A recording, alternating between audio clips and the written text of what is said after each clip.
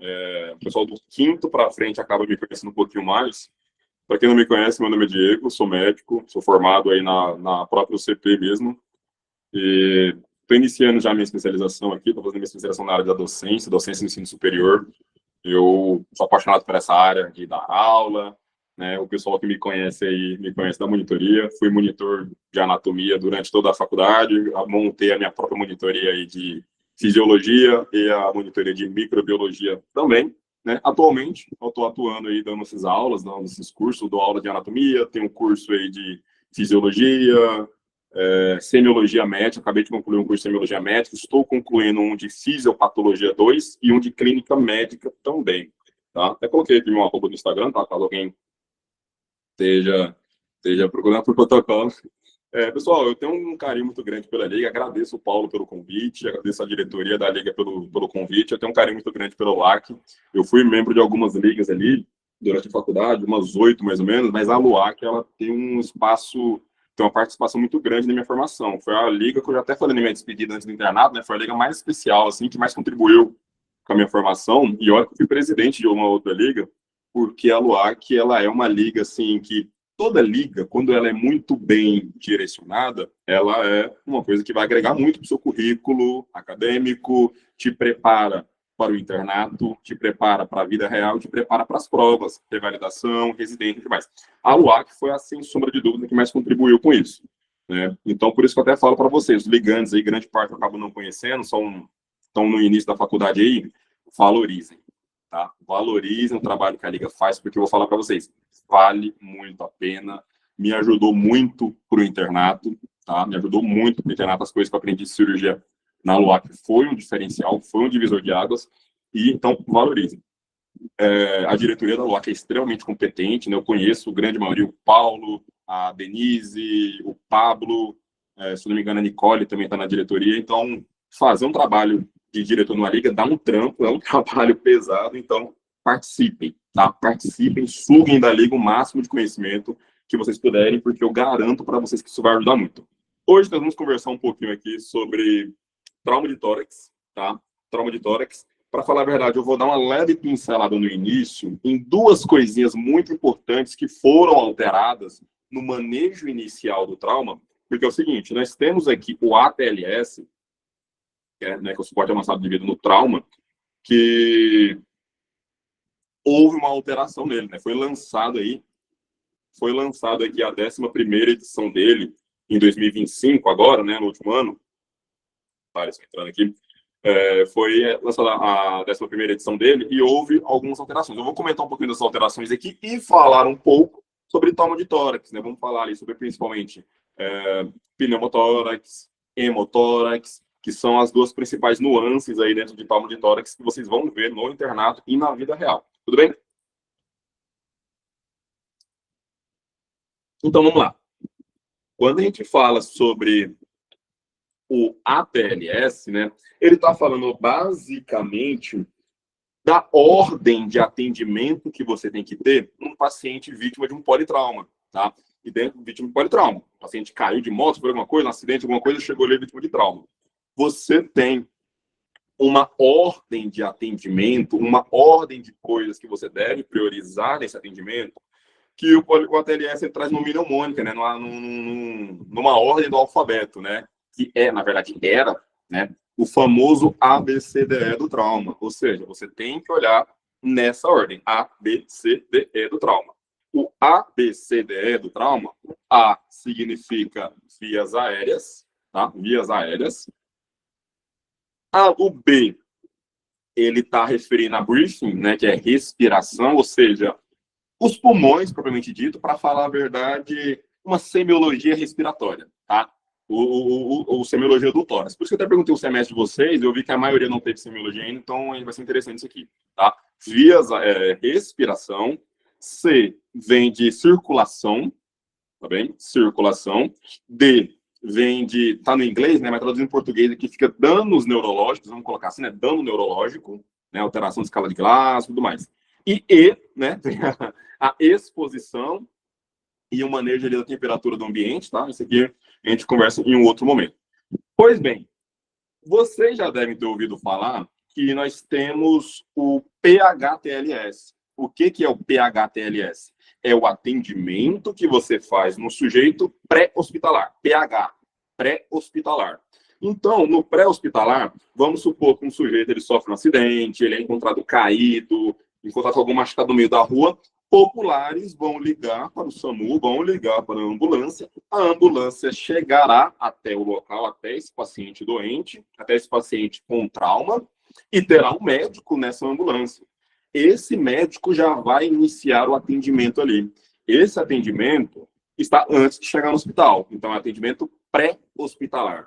O pré-hospitalar, ele conta com uma sequência, contava, né, com uma sequência diferente, que era o quê? Eles tinham uma letrinha antes. Não era somente ABCDE do trauma, era XABCDE do trauma.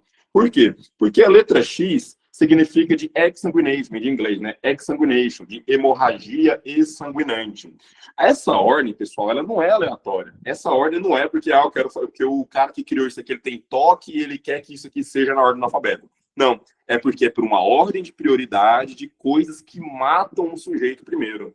E a coisa que mais mata o paciente, que vai matar o sujeito mais rápido, no pré-hospitalar, o sujeito está caído na rua, é se ele estiver com um quadro de hemorragia. Hemorragia externa. Ele está com algum membro, né? Com algum membro ali, com uma artéria femoral ali rompida, vazando sangue. Cara, uma femoral, uma artéria braquial, alguma artéria radial, alguma coisa dessa, no meio da rua, rompido, vazando sangue, vai matar o cara muito rápido. Então, é a primeira coisa que o sujeito, antes do hospital, ele tem que olhar. Ele tem que cuidar dessa hemorragia primeiro, porque é o que vai matar o cara mais rápido. Tudo bem? Pois é. Isso aí, antigamente, era feito dessa forma. Era feito no pré-hospitalar, tinha um X, A, B, C, D do trauma. Então, o sujeito o médico que atendia o paciente antes do hospital já controlava a hemorragia e mandava para o hospital. Fazia o ABCDE bonitinho, só que mandava para o hospital. Quando chegava no hospital, olha, a hemorragia, que é o principal, já está controlado, foi controlado lá fora. O médico do SAMU já controlou. Então, aqui dentro do hospital, é ABCDE do trauma. Eu tenho que olhar vias aéreas, eu tenho que olhar a respiração, né? Se tem um pneumotóxico, um hemotóxico, alguma coisa. Eu tenho que olhar a circulação, eu tenho que olhar isso. Isso era, pessoal, até a 10ª edição. Na 11ª edição, o ATLS, ele acordou, né, se atiçou para uma coisa, falou, peraí, muitos pacientes vítimas de trauma, eles não recebem um atendimento médico antes de chegar no hospital. Nem todo acidente acontece como nos filmes, que é bonitinho, alguém liga para o SAMU, o bombeiro, né, o SAMU chega lá certinho, o médico, o paramédico faz ali o controle da hemorragia e depois manda. Muitos casos de acidente, de trauma, qualquer coisa, o sujeito ele não foi atendido por um médico antes de chegar no hospital. O médico do hospital está sendo o primeiro a atender esse cara, porque ele sofreu um acidente, alguém pegou ali, algum popular pegou e falou, mano, esse cara tá mal, pega ele, mete dentro do carro e leva para o hospital. Ou alguém populares trouxeram esse cara para o hospital. E aí? Populares trouxeram esse cara para o hospital. Você vai ignorar a hemorragia? Você vai começar pelo ABC do trauma? Lógico que não. Pensando nisso, a 11ª edição do APLS, lançada agora em 2025, colocou a letra X no APLS, no atendimento intra-hospitalar. Porque eles falam assim, esse cara pode ser que ele não foi atendido por um médico ainda. Então, você, como médico de dentro do hospital, tem que controlar a hemorragia dele. Não vai para a via aérea primeiro, não. Dá uma olhadinha, checa primeiro se ele não está tendo uma hemorragia. Tem que saber manejar uma hemorragia, porque pode ser que ele esteja sangrando ali. Tudo bem? É uma coisa até meio óbvia, né? Até meio óbvio. Nem todo paciente que chega no hospital já foi atendido por um médico antes. Tudo bem? Então, a letra X no ATLS, então agora faz parte do ATLS, tá? Não é PHTLS X ABCDE, ATLS ABCDE. Não. No ATLS também faz parte a letra X, tá? E a letra X está falando basicamente de hemorragia sanguinante. Então, você está diante de um sujeito de trauma, seja ele qual for, um acidente, tomou uma facada, tomou um tiro, alguma coisa, primeira coisa que você tem que olhar, hemorragia sanguinante. E quando eu estou falando de hemorragia insanguinante, eu estou falando de hemorragia externa. Eu estou falando basicamente dos membros estarem com alguma hemorragia, tá? Eu estou falando basicamente dos membros estarem com alguma hemorragia. Eu coloquei aqui uma imagem numa mão, tá? Mas geralmente não é na mão, geralmente é no braço. Esse cara sofreu um acidente, teve uma amputação traumática do braço, teve um vazamento ali, né? Uma fratura de fêmur, e aí rompeu a femoral. Esses tempos atrás aqui, a Flávia, até que é daqui da Barra, ela deve lembrar, alguns anos atrás, teve até duas acadêmicas aqui que sofreram um acidente de moto e quando os médicos chegaram no local, o óbito delas era por conta desse choque hipovolêmico, né? Porque ambas tiveram ruptura da artéria femoral. Então, rompeu a artéria femoral, vazou sangue muito rápido, tá? Então, a coisa que eu tenho que olhar aqui na letra X, hemorragia sanguinante, certo? Vamos conversar sobre esse carinha aqui, então. Primeira coisa, então, hemorragia sanguinante. Isso dentro do hospital ou fora do hospital, não importa. Hospital, paciente vítima de trauma. Paciente vítima de trauma. Você constatou que esse sujeito está com hemorragia sanguinante, hemorragia em membro superior, hemorragia em membros inferiores, imediatamente, curativo. Curativo, pega compressa pra caramba e já começa a comprimir aquilo ali. Curativo compressivo. Eu, inclusive, cadê? Ih, caralho. Tá lá em cima do meu guarda-roupa. É pra eu ter pego. Eu recomendo vocês, pessoal, que a gente fica muito pilhado com isso, né? Quando a gente estuda de medicina, quando a gente ainda agora a gente quer médico. Andem, onde vocês estiverem, com uma maleta. Ah, é neurótico. Sou, tudo bem. Uma maleta já com alguns equipamentos. Eu ando, era pra eu ter pego aqui, mas não deu tempo. Eu tenho uma maleta que eu ando, eu coloco uma maleta na moto ali, uma maleta no carro, com um monte de luva, claro, né? Você tem que calçar umas luvas ali antes de atender o paciente, tá sangrando, você não conhece o paciente, e um monte de gás, e um monte de compressa, porque pode acontecer isso aqui, tá? Aconteceu esse tempo atrás aqui na minha cidade, que eu estava voltando para casa, uma fila quilométrica de carro ali na ponte, fui olhar, era um acidente. Então, eu passei na frente, fui lá prestar atendimento, né? Enquanto a ambulância não chegava. Então, assim, acontece, tá? Acontece. Andem com isso, tá? Curativo. Beleza, fiz a compressão aqui, fiz o curativo compressivo. Não solucionou 100% a hemorragia. Você tá vendo que tá molhando muito a compressa, ele tá colocando. Empacotamento.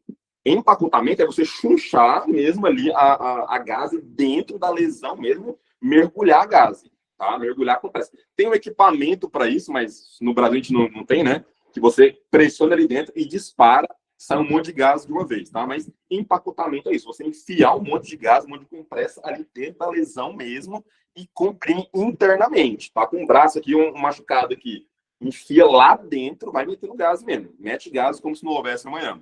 Não confirmou, não completou, você percebe que isso não solucionou 100%, aí a gente entra numa atualização muito interessante aqui da 11ª edição, Tourniquet. Como assim, Diego? Tourniquet sempre foi uma discussão, né? Até a 10ª edição era uma certa discussão, faz o tourniquet ou não faz? Faz o tourniquet ou não faz? Alguns atores eram a favor, não, tem que fazer. Outros falavam, é perigoso, porque pode dar isquemia, né? E de fato, né? Pode dar isquemia mesmo, o sujeito pode perder o membro. A 11ª edição falou, fácil, tá? Antes ficava essa discussão assim, faz ou não faz? Pode dar isquemia? Aí eles argumentavam, não, pode dar necrose, o sujeito pode perder o membro. Na 11ª edição, a TLS falou, se ele vai perder o membro. Se você perguntar para o paciente que está morrendo, ele está com uma femoral rompendo, fala, ó, eu vou fazer um procedimento aqui que pode, não é certeza, pode talvez levar a necrose da sua perna. Mas se eu não fizer isso, você vai morrer. O que você quer? Eu tenho certeza que você vai falar, mano, a rocha aí, tá? Então, o tourniquet na 11ª edição está completamente, sim, indicado. Acabou a discussão, tá? Eu coloco essas atualizações aqui, pessoal, porque em 2026 eu tenho certeza que isso aqui vai despencar nas provas práticas. Principalmente práticas, né? Teórica também. Revalida, residência, essas provas, algumas entidades, assim, acho que a USP e a Unicamp fazem algumas provas de residência, eles colocam uma etapa prática também, tá bom? Como que é esse carinha aqui, né? O tourniquet, em tese, é esse aparelhinho aqui, né? Numa instituição, num hospital legal, vocês estejam trabalhando, né? Ele vai ter esse equipamento. Numa aula prática, a gente pode treinar como que faz isso, né? Você já deve ter tido essa aula prática, eu acho, na LUAC, tem algumas vezes, né? Você coloca ali no membro e gira, né? O aparelhinho aqui que ele vai, esse bastãozinho aqui, gira porque ele vai fechar e vai comprimir legal esse membro aí. A ideia é eu comprimir para parar, estancar o sangramento. Só que em qual local, e esses detalhes aqui é muito importante, porque em verdadeiro e falso de prova, essas coisas assim, prova prática, você tem que descrever muito bem. Onde exatamente que eu coloco esse torniquete? Você tem que colocar entre 5 e 8 centímetros proximalmente a lesão. Como assim? Eu tenho uma lesão aqui, né? Aqui. Então, eu tenho que colocar 5 a 8 centímetros proximalmente, tá? Proximal, distal. Né? Então, 5 a 8 centímetros proximal à lesão. Tudo bem? Importante lembrar de uma coisa. Se esse aproxima, vai no olho, né? Vai no olhão, você vai pegar uma régua ali na hora, mas com noção de, né, o dedo, assim, e tal. Se isso der em cima de articulação, né, em cima do cotovelo, em cima do joelho, obviamente que você não coloca, tá? Muito cuidado com isso. Não colocar em cima de articulação. Por quê? Porque a articulação é uma região que tem ali o arcabouço ósseo, ele é maior, então, geralmente os vasos sanguíneos passam no meio disso. Então, você não vai conseguir comprimir se você fizer na articulação, tá? Se vocês fizerem na articulação, vocês não vão conseguir. Isso aqui também pode ser outra sacanagemzinha de prova, né? Coloca o torniquete ali em cima da articulação, você vai chunchando ali. Calma. Tá em cima da articulação? Sobe mais, tá? Sobe mais. E aperta. Tudo bem? Mas até que momento que eu vou apertar isso? Eu tô apertando aqui e falo, tá bom. O paciente fala, tá doendo. Porque vai doer um pouquinho. Tá? Deixa eu adiantar. Vai doer um pouquinho. Ficar apertando ele dói um pouco. Até que tanto você tem que apertar? Quando você não sentir mais, depois do torniquete, né? Você palpa. Você não está mais sentindo o pulso. Perdeu o pulso, significa que o torniquete está eficiente. Se perdeu o pulso, é porque está comprimindo pra caramba, não está passando mais sangue. É essa a ideia. Tá? Você vai fazer até não sentir mais pulso. Mas aí eu pergunto para vocês, assim, né? Pergunto assim, né? Para mim mesmo. Colocou um torniquete. Apertei uma... Cara, apertei aqui, não estou conseguindo apertar mais. Não resolveu. O que você faz? Eles comentam assim, coloque outro torniquete. Então, agora não está indicado somente colocar o torniquete, quando você pode colocar 2. Coloquei um torniquete, só apertei o máximo, não está indo mais e está tendo hemorragia ainda. 5 a 8 centímetros depois desse torniquete, mais um torniquete e aperta mais aí. Tudo bem? Então, pode ser colocado até 2 torniquetes, inclusive. Beleza? Depois da hemorragia sanguinante, solucionei essa hemorragia, o paciente não está mais sangrando. Interessante. Aqui, ó, no modelo,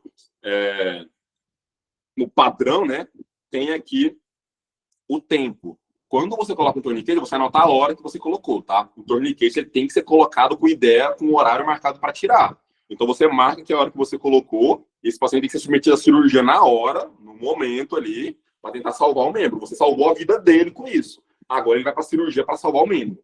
Tá? Então, o cirurgião ele vai cobrar que seja olhado aqui a hora que você colocou. Tá? Na vida real, a gente aprende algumas gambiarras para fazer, porque nem todo lugar vai ter um torniquete desse aqui. Tá? A gente cria algumas gambiarras ali, né? Uma gaze contra gaze, um pedaço de madeira no meio que você dobra. A gente medicina de guerra, né? Bom, pessoal, depois então da hemorragia sanguinante, vamos dar uma olhadinha nas vias aéreas. Vias aéreas, letra A de vias aéreas, vias aéreas. O que foi mudado aqui nessa edição, tá? Eu vou dar uma pincelada nessa parte aqui, somente no que foi alterado, tá bem? Antigamente, né, nós tínhamos um problema... Opa! Nós tínhamos um problema de que quando o sujeito ele tinha indicação para uma via aérea definitiva, eram utilizados algumas medicações de que eram depressoras do sistema cardiovascular. Propofol, midazolam, porque no TLS ele mesmo indica, falou, ó, a preferência é fazer com medicações cardioestáveis. ketamina, por exemplo, né? A acetamina, né? A ketamina é a queridinha desse contexto. Só que a gente sabe que não é todo lugar que tem, né? Não é todo lugar que tem. Então, nesse caso, era muito comum, a TLS, inclusive, antigamente falava, ó, nesses casos, não tem jeito, né? Só tem aí um midazolam, só tem aí um propofol, beleza, faz. Se o sujeito, ele já chegava no hospital com um certo grau de instabilidade, quando você faz essas drogas aqui, esse cara vai ter uma parada na sua frente. O paciente chega para você, porque essas medicações aqui, elas reduzem a pressão arterial, são hipotensoras. Se o cara chega instável, com instabilidade hemodinâmica, ou seja, ele já está hipotenso, meu irmão, você fez essa medicação que ele vai ter uma parada na sua frente, tá? O que o ATLS, até da 10ª edição, falava? Falava, ó, o sujeito em que tá aqui na letra A, né? Tô aqui na letra A, e ele tá com uma certa instabilidade. Eu vou fazer o propofol ou midazolam nesse cara? Faz. Mas você pergunta, se eu fizer propofol ou midazolam nesse cara, ele vai ter uma parada cardíaca. O ATLS, até a 10ª edição, falava, foda-se, faz. Tá? Por quê? Essa questão de sistema circulatório, hipotensão demais, é a letra C, circulação. Então, a TLS, até a 10ª edição, falava, é prioridade. A, B, C, D, E. Então, você resolve a letra A. Mesmo que a letra A vai causar um problema na letra C. Letra C vem depois. Você resolve a letra A. Tá, mas isso causou um problema para a letra C. Foda-se. Isso é um problema do Diego do futuro. O Diego, de daqui 2 minutos, resolve esse BO aí. Tá? Eu quero resolver o meu BO e que se lasque os outros. Era essa a recomendação até o 10º. Não com essas palavras, claro. Ele falava assim, o paciente pode ter uma parada, mas prioridade é a letra A. Prioridade são as vias aéreas. Na 11ª, a alteração que vem na 11ª é que baixou o Cristiano Ronaldo neles e eles vêm falando, calma, não é assim. Não é bem assim que funciona. Tá? Eu não posso resolver um problema e colocar ele em outro problema. Tá? Então, assim, quando o sujeito ele já vem com um certo grau de instabilidade e as drogas que você tem para utilizar ali são cardiodepressoras, antes você tem que utilizar? Não tem jeito, tem que utilizar. Só que antes de utilizar, você toma um cuidadinho aqui. Fala o seguinte, ó, vamos lá. Já que eu vou usar uma droga que pode rebaixar esse cara, deixa eu fazer uma coisinha aqui para ajudar ele a não rebaixar e depois eu uso essas drogas. O que é? Faz a pré-oxigenação de alto fluxo, faz uma reposição volêmica intensa, tá? Faz uma rápida expulsão volêmica, porque uma rápida expulsão volêmica sobe a pressão do sujeito, depois você usa essas drogas. Tudo bem? Então, a alteração que veio é essa. Está contraindicada? Olha, não é recomendado utilizar propofol, midazolam nesses casos. É recomendado utilizar ketamina. Olha, não tem ketamina aqui. Tudo bem. Então, você calma, faz uma pré-oxigenação de alto fluxo, faz uma rápida expansão volêmica e mete essas drogas aí. Tá? E vai para cima. Tudo bem? Tranquilo?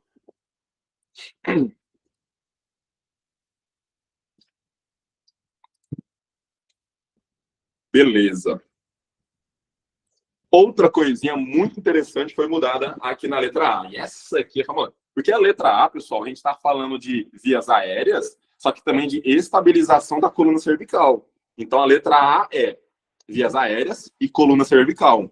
A coluna cervical é, eu não sei como é que foi o acidente desse cara, se eu ficar mexendo demais, ou se eu deixar ele ficar mexendo demais, se ele tem uma fratura de uma vértebra ali, se ele tem uma fratura de uma vértebra, agora ele vai ter uma lesão raquimedular. Esse cara pode ficar tetraplégico, dependendo da altura, vai pegar ali o centro de controle cardiovascular, o centro de controle respiratório, lembra que tá tendo fisiologia 2 aí? Centro respiratório, fica ali no bulbo, centro pneumotáxico, centro pneu, essa brincadeira. Pois é. Então o sujeito pode morrer ali. Então eu tenho que segurar a coluna vertebral, né? Segurar a cabeça dele aqui para preservar a coluna cervical dele.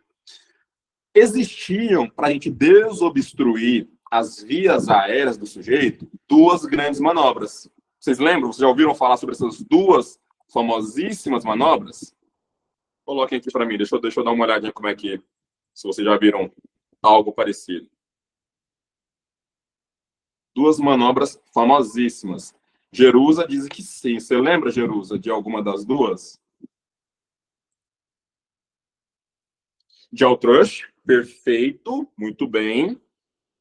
E tem mais uma. Ou tinha mais uma, né? Perfeito, Jerusa. Chin lift. Jaw thrust, nós vamos continuar fazendo.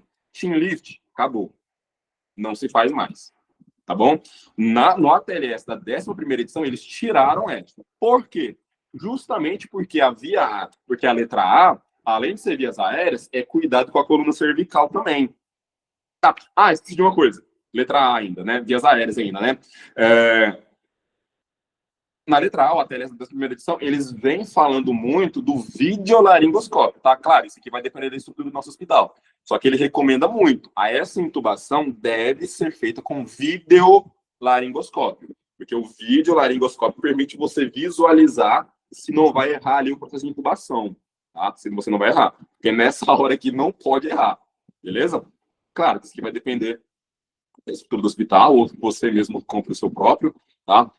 Outra coisa também que foi alterada aqui, que isso aqui vai ser pegadinha de prova, eu tenho total certeza que isso aqui vai ser pegadinha de prova, só que vocês da LOAC não vão cair, que é o seguinte, até nessa primeira edição, eles reforçam que você deve comunicar o paciente que irá entubá-lo.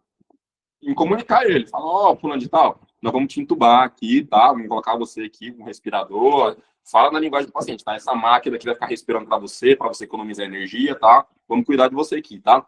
Porque tem aquele meme muito famoso, né? De você perde ponto na prova prática porque você não cumprimentou um paciente que estava desmaiado, estava em parada cardíaca. Nessa 11ª edição, o ATLS fala que você deve comunicar o paciente que irá entubá-lo, mesmo que ele aparente estar inconsciente. Então, isso aqui eu tenho certeza que na prova prática, que isso que cair no Revalida, que isso que cair na USP, alguma coisa, vão colocar na pontuação ali. Fulano não cumprimentou o paciente. E não terá argumento. Mas o paciente estava desmaiado, o paciente estava em parada. Não terá argumento, porque está na TLS. Tá? Então, fiquem atentos com isso. O paciente está em Narnia, ele está desmaiado ali. Fulano de tal, vamos proceder de intubação aqui, total, avisa ele, máquina. Beleza? Avisar o paciente. Tá? Mesmo que ele esteja inconsciente. Beleza. Essa manobra aqui, né, de desobstrução, você eleva com a mão no mentão do paciente, com a mão no queixo do paciente, eleva, porque assim abre aqui a região da via respiratória. É eficaz? Poxa, pra caramba. Só que olha o movimento brusco que você fez na região cervical do paciente. Você não sabe se ele teve uma fratura, alguma coisa ali. Então, essa manobra aqui, que é a de chin lift, não consta mais na 11ª edição, tá? Nessa 11ª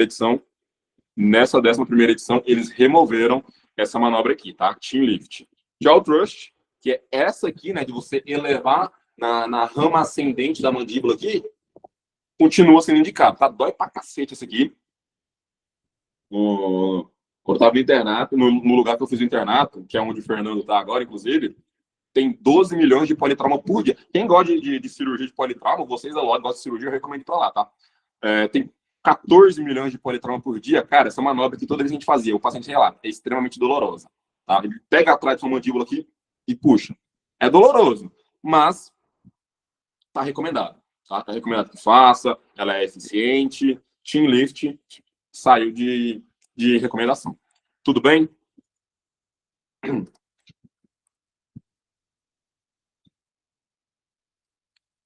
Pessoal, eu queria comentar sobre principalmente essas duas alterações. Alteração desses três momentos, né? No X, no A, né? O B eu vou falar com vocês aqui agora, certo? E os outros a gente comenta num outro contexto de politrauma, tá? Porque o foco aqui é conversar com vocês sobre o trauma de tórax. E o trauma de tórax, pessoal, quando o paciente ele tem algum trauma ali na região torácica, tomou uma pancada, sofreu um acidente, sofreu perfuração por bala, por arma branca, por arma de fogo, alguma coisa, certo? É trauma de tórax. No contexto geral, a gente vê muito ali na questão de acidente, né? Paciente motociclista, um acidente de automóvel, alguma coisa, né?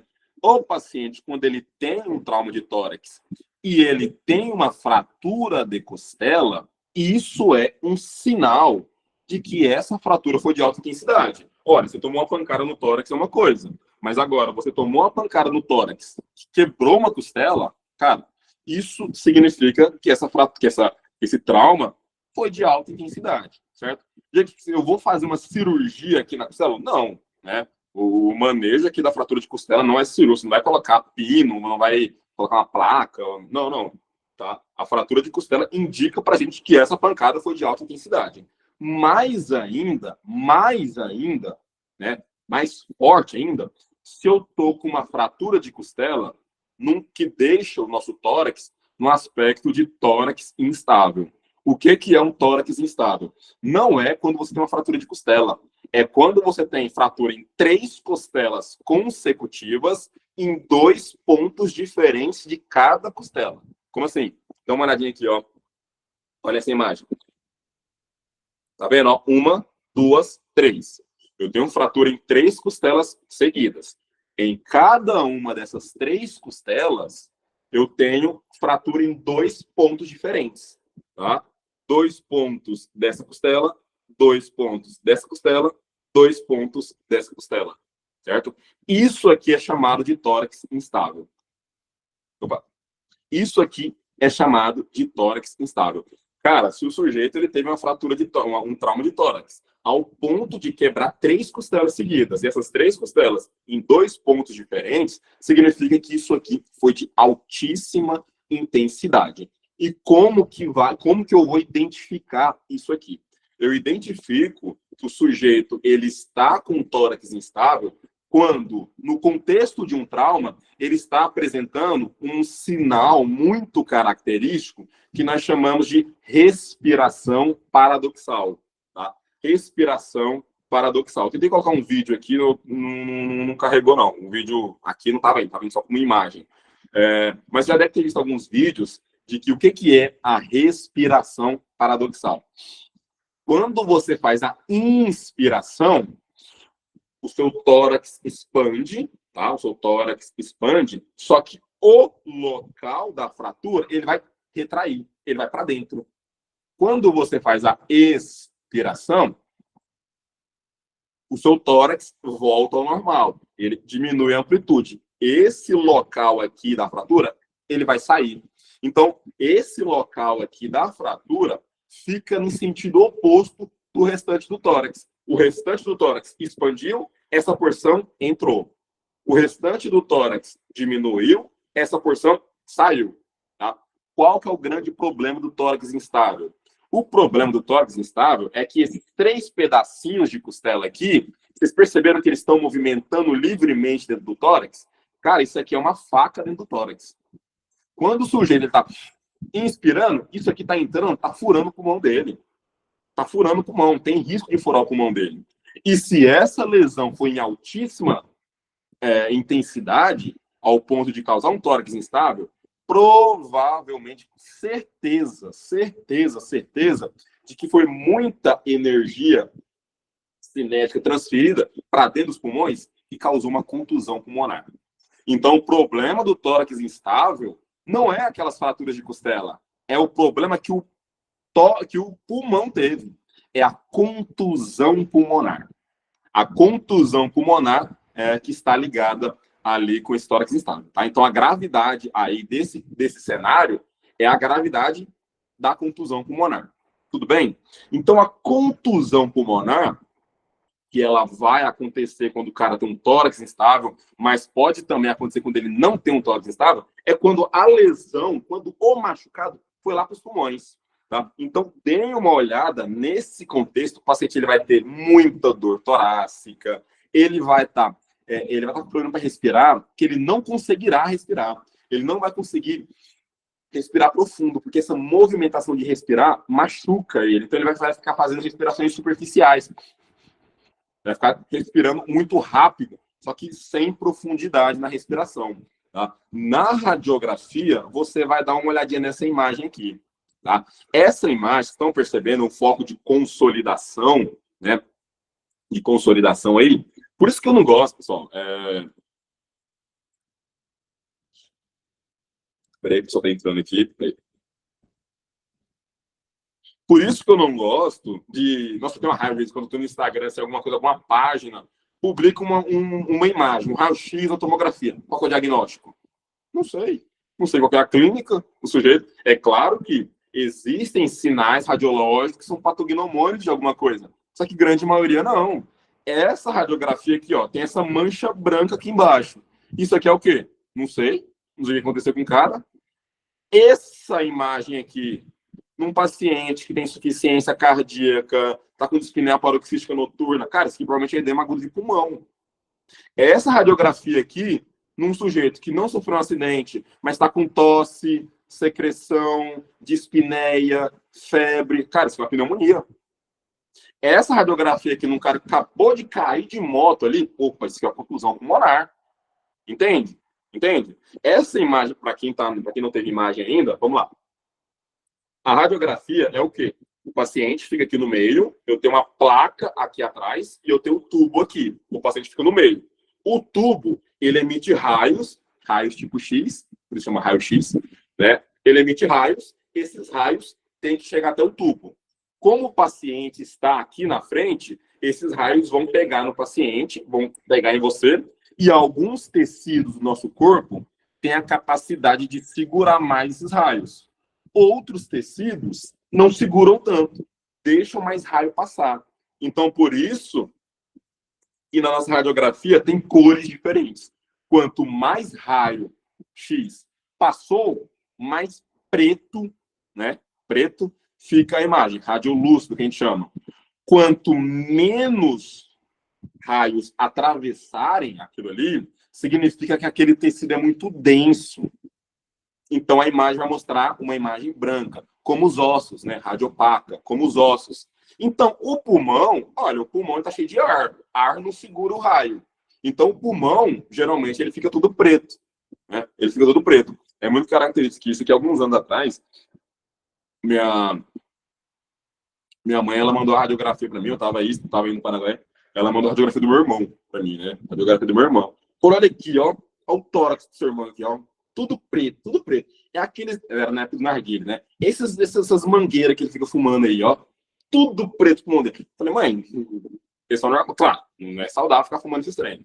Mas o pulmão é preto mesmo, tá? O pulmão é preto mesmo. Mas percebam aqui, algumas coisas como líquido, sangue, líquido fora do lugar, eles não vão permitir que esse raio passe. Então, dê uma olhadinha aqui na base, ó, era para o pulmão tá tudo preto. Aqui embaixo está branco. Por quê? Porque está cheio de líquido aqui. E quando eu tenho contusão pulmonar, eu estou tendo edema, né? Foi um processo inflamatório que ocorreu ali. No processo inflamatório, a gente tem edema. Então, ele está tendo edema aqui no pulmão por conta dessa lesão. Então, por isso que fica branco desse jeito aqui, tá? Então, nesse cenário em que o paciente sofreu um acidente, né, um trauma de tórax, alguma coisa, você fez a radiografia, você identificou contusão pulmonar, o manejo da contusão pulmonar será um tripé. Será um tripé. Olha, o manejo da contusão pulmonar e do tórax instável, tá? Porque o tórax instável causou aqui a contusão pulmonar. Cara, esse cara tá com muita dor, tá com muita dor. Foi uma pancada fortíssima, como eu falei para vocês. Analgesia. Tá? Analgesia. Diego, quantos miligramas da dipirona eu vou usar aqui do ibuprofeno? Cara, é opioide. Tá? Eu tô falando de um cara que tá sentindo uma dor assim intensa. Tá? Tanto é que o TNS ele recomenda você fazer analgesia com opioides e se não resolver, ou seja, tem casos que não resolve, você faz bloqueio anestésico dos nervos. Tá? Faz bloqueio anestésico. Tá? Mas vamos ficar aqui na parte de opioide. Outra coisa que pode acontecer aqui tá tendo essa imagem branca aqui porque tá cheio de líquido dentro do pulmão. O alvéolo dele tá machucado, então dentro do alvéolo, dentro do parênquima pulmonar, tá tendo água, sangue, tá cheio de líquido. Você fazer volume nesse cara aqui não é tão certo assim, tá? Não é aquele negócio que a gente chegou, beleza, pega a veia dele aí e joga volume para dentro. Não, calma aí. A gente tem que ter um controle de volume.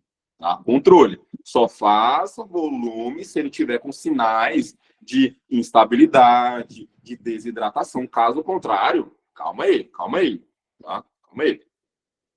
E outra coisa que a gente tem que fazer aqui, suporte ventilatório. Esse cara vai estar com dispneia. Esse cara não vai estar conseguindo respirar direito. Porque ele vai estar... Toda vez que ele respira, dói. Que ele respira, o tórax instável entra, machuca ele. Então ele vai respirar superficialmente. Tá? Então você vai dar o suporte ventilatório para ele. Ventilação não invasiva. Tá? Máscara, catéter, ventilação não invasiva. Existe caso em que na contusão pulmonar eu vou precisar fazer uma intubação no paciente? Eu vou fazer uma via aérea definitiva? Sim. Quando? Se a saturação dele estiver abaixo de 90.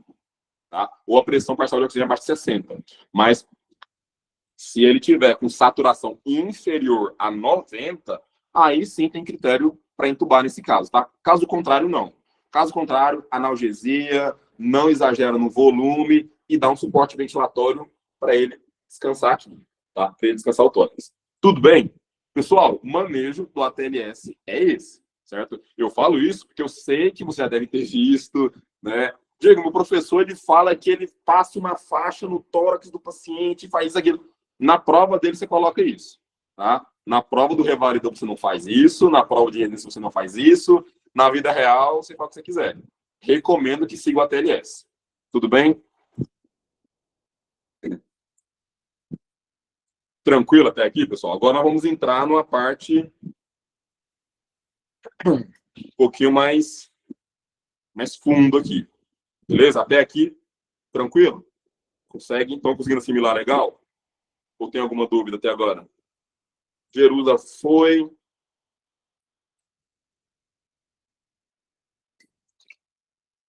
Pablo foi? Pablo. Fernanda com o pezinho no internato também. Beleza, vamos lá. Pessoal, outra complicação muito interessante assim, né? Muito grave que pode acontecer, potencialmente grave que pode acontecer aqui, e muito comum isso aqui, tá? Muito comum isso aqui. É justamente a pneumotórax, tá? Inclusive, quando eu estava na UTI, eu lembrei agora de um paciente que a gente teve com contusão pulmonar, ele estava indo para a UTI. E foi justamente o pessoal da cirurgia que recebeu ele, né? Fizeram o atendimento ali inicial, só que o erro que eles cometeram, e eu lembro disso que foi na minha segunda semana, terceira semana ali no internato, na rotação da terapia intensiva, a intensivista, cara, ela tava xingando muito o pessoal da cirurgia. E foi os residentes de cirurgia que foram levar, mano, ela tava esculachando eles, porque fizeram volume, mas fizeram muito volume nele. Então o paciente foram apresentar ele, o paciente falou, cara, ele chegou mal, mas ele tá piorando progressivamente. Foi feita uma radiografia, depois fizeram uma tomografia, esse cara tava com muito líquido no pulmão, Então, assim, ele chegou mal, só que ele começou a piorar muito. Não, é no caso da contusão, Fernando, no caso da contusão ainda. Aqui na caso da contusão. Ele estava com muito líquido no pulmão porque fizeram volemia nele. Então, esse edema que ele tem ali por conta do trauma aumentou demais. Tá? Então, por isso que eu falo, o manejo da contusão pulmonar é você controlar o volume, só faça se necessário. Tá? Então, o residente estava chegando assim e falou, não entendo, ele chegou mal, mas ele está piorando a cada hora que passa. Falou, claro, né? Você encharcou o pulmão do cara. Tá? Então, cuidado com isso aqui. Tá? Lembrei agora desse caso aqui. Bom, pessoal, quando nós falamos de pneumotórax, né, para quem está tendo anatomia aí, pleura é aquela membrana serosa que nós vemos dentro do tórax, tá? E como toda serosa, né, anatomicamente, toda serosa, ela divide em duas membranas. Se uma membrana ela é serosa, ela vai ter duas membranas, visceral e parietal. Pleura, pericárdio seroso, peritônio, visceral e parietal. Então, nós temos duas membranas, né, na pleura, né? Pleura visceral, que é aquela que está abraçando a víscera, vulgo pulmão, e a pleura parietal, que é a que fica na parede. Ou seja, na parede torácica e aqui no diafragma. Entre as duas, em princípio, não existe um espaço. Tá? Não tem um espaço entre elas aqui. Elas estão em um espaço virtual, né, que o Latarjet fala, muito pequenininha. Quando você tem um trauma, né, você fratura, você tem uma pancada aqui, pode romper ou a pleura parietal e o ar da atmosfera entra, ou a pleura visceral e o ar do pulmão passa diretamente. Enfim, qualquer um problema que tiver aqui, vai entrar ar no meio das duas pleuras. Ar, presença de ar no meio das pleuras, né, no espaço pleural, eu chamo de pneumotórax. Tá? Pneumotórax. Deixa eu ver se está entrar. Tá? Então é basicamente isso. Nós temos o pulmão bonitinho aqui, tá? E nesse caso, aqui o pulmão desse lado, ele tá pequenininho. Por quê? Porque quando entra ar no espaço pleural, o pulmão não consegue se expandir mais. E é aí que mora o problema. É aí que mora o problema. Quando eu tenho ar se acumulando no espaço pleural, o pulmão não vai se expandir mais. O sujeito, ele começa a ficar sufocado, porque ele tenta respirar, mas o pulmão dele não expande, ele morre de insuficiência respiratória. Tá? Então, os pacientes com pneumotórax, eles cursam com grau de insuficiência respiratória. A gente precisa, portanto, diagnosticar isso muito rápido. E para diagnosticar isso muito rápido, nós precisamos diagnosticar isso muito rápido, nós temos que lembrar da nossa boa e velha e fantástica semiologia médica, né? Do exame físico respiratório. E aqui consiste a letra B, né? A letra B do X, A, B, C, D, E do trauma é a semiologia do tórax, pessoal. É basicamente a semiologia do tórax. Quem está abaixo do quinto semestre está de boa, tá? Quem já passou de semiologia, coloquem aqui no chat pra gente, ou liguem o microfone, né? Vamos interagir com todo mundo aqui, né? Uma troca de informação para todo mundo. E quem está em semestres avançados tem essa responsabilidade com os alunos que estão em semestres inferiores, está dentro de uma liga, é assim que funciona, né? Todo mundo sempre estendendo a mão para quem está abaixo, tá? Coloquem aqui, por gentileza, a ordem do exame físico respiratório.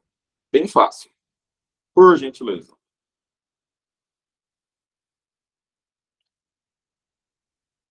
O que a gente faz no exame físico respiratório em ordem?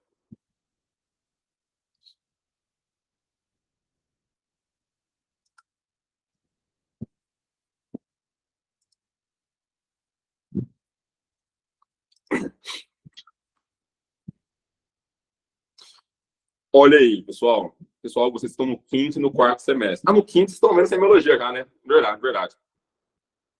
Do curso de semiologia que eu tenho ali, eu tenho disposição vendendo ali a aula de respiratório, uma das aulas mais legais que eu fiz, que eu mais gosto de fazer. Fernando colocou pra gente aqui, ó, inspeção, palpação, percussão e ausculta. Muito bem, pessoal, muito bem, Fernanda, muito bem, doutora. Aqui, ó, eu até coloquei aqui uma inicial. Significa isso. O exame físico respiratório é isso, você vai fazer na letra B. Inspeção do tórax, palpação do tórax, percussão do tórax e auscultação do tórax. O pneumotórax, você vai encontrar alguma coisa alterada em cada um deles. Em cada uma dessas fases. Inspeção, pessoal, o que significa inspeção? Olhar. Eu vou olhar para o tórax do sujeito. E quando você olha para o tórax, quando você olha, inclusive, para o paciente, você vai ver sinais de dispneia. Esse cara está com dispneia, está com muito problema para respirar. Sinais de dispneia e sinais de dor torácica também, tá? Ou seja, ele não vai estar conseguindo respirar direito, ele vai estar com taquipneia, ele vai estar... Ou seja, você vai olhar a frequência respiratória. Lembra que a gente olha a frequência respiratória? Você vai olhar que a frequência respiratória dele está acentuada, está hiperventilando. Tudo bem? Na palpação. Na palpação, nós palpamos buscando duas coisas, tá? Você palpa o tórax do sujeito e pede para ele inspirar profundamente e você vai olhar a expansibilidade torácica, tudo bem? E você também palpa e pede para ele falar 33, que você vai sentir a vibração. Então, palpação é para sentir frêmito tóraco-vocal, tá? E expansibilidade torácica. Esses dois somente, tá? Esses dois estarão alterados. Do lado em que o paciente está com pneumotórax, a expansibilidade estará reduzida. E do lado em que o paciente terá o pneumotórax, o frêmito tóraco-vocal também estará reduzido. Lembra o que é frêmito tóraco-vocal? Frêmito tóraco-vocal é a percepção tátil da vibração vocal. Quando eu falo alguma coisa, essa vibração das ondas sonoras se propaga por todo o tórax. Se eu encostar no tórax aqui agora, estou sentindo vibrando dos dois lados, tá? Mas se eu tiver um problema na pleura, um obstáculo na pleura, pneumotórax ou derrame pleural, ou até mesmo se eu tiver atelectasia, são coisas que reduzem o meu frêmito tóraco-vocal, tá? Pessoal, eu estou colocando isso aqui, né? Então você vai sentir na palpação redução da expansibilidade torácica e redução do frêmito tóraco-vocal. Na vida real, vou ser bem sincero com vocês, a gente testa a expansibilidade torácica e às vezes você consegue ver que a expansibilidade está reduzida. Você olha para o tórax do cara, ele inspira, você vê que um lado está indo, outro não, tá? Mas no contexto teórico é assim, tá? E na prática, o frêmito tóraco-vocal a gente não testa no acidente, tá? Na teoria a gente deveria testar, tá? Mas na prática, pô, o cara acabou de... Um ônibus atropelou ele. Vai encostar no tórax e fala 33. O paciente vai te xingar ali, né? Mas em questão de prova, eles sempre colocam essa informação aqui, tá? Frêmito tóraco-vocal reduzido, tá? Redução da expansibilidade torácica. Tudo bem? Na percussão. Como que é a percussão normal? Normal, pergunta e questiono para vocês. Outra pessoa além da Fernanda. Como que é a percussão normal do tórax? Normal. Outro do quinto semestre para cima, fala pra gente aí. O pessoal do quarto semestre livrou, né? Pessoal do quarto... Vou perguntar do pessoal do quarto semestre aqui, ó, Fisiologia 2, o volume corrente daqui a pouco. Ó, o Pablo colocou pra gente aqui, ó. Sonoridade, perfeito. Pablo, a gente no livro de semiologia aqui do Paraguai, eles chamam de sonoridade normal do pulmão, né? No livro do Porto, que é o de semiologia do Brasil, eles chamam de som claro pulmonar. Por quê? Quando eu percuto uma víscera oca, uma víscera que está cheia de ar dentro, é som timpânico. Quando eu percuto uma víscera maciça, como o fígado, a víscera sólida, o som é maciço. O pulmão, ele tem ar dentro. Óbvio, né? Tem os brônquios, ele é cheio de ar. Só que ele não é completamente oco, ele tem um parênquima. Então, e aí? É timpânico ou maciço? Nenhum dos dois. É um meio termo entre os dois, que a gente chama de sonoridade normal, chama de som claro pulmonar. Mas se o sujeito está com pneumotórax, ele está com um espaço cheio de ar aí dentro, ou com uma cavidade cheia de ar, que eu percuto é timpanismo. Tá? Então, na percussão, eu vou encontrar timpanismo. Tá? E na ausculta? Na ausculta, eu ausculto normalmente murmúrios vesiculares. Não fale ruídos hidroaéreos, pelo amor de Deus. Murmúrios vesiculares. Olha, que é o som do ar entrando nos alvéolos. Se eu coloco o estetoscópio aqui e o cara tá com pneumotórax, o pulmão dele não tá expandindo legal. O murmúrio, os alvéolos não estão se enchendo de ar. Então, o murmúrio vesicular, que é esse som, estará reduzido. Isso aqui é a clínica do sujeito com pneumotórax. Dispneia, né, dor torácica, dispneia, redução de expansibilidade, redução de frêmito, timpanismo, redução de murmúrio vesicular. Se você não lembrar toda a clínica, faça na ordem do exame físico. Faça na ordem do exame físico. O quê? Ah, tá.